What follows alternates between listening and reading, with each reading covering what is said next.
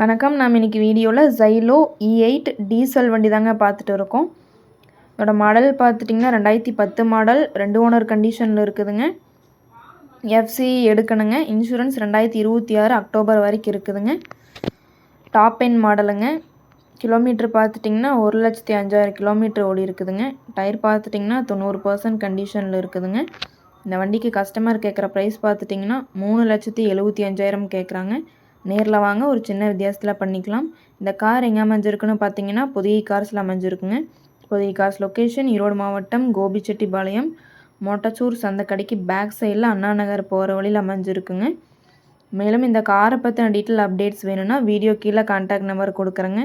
கால் பண்ணி டீட்டெயில் கேட்டு தெரிஞ்சுக்கலாங்க.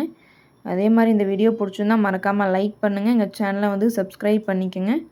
நன்றி, வணக்கம், வாழ்க வளமுடன்.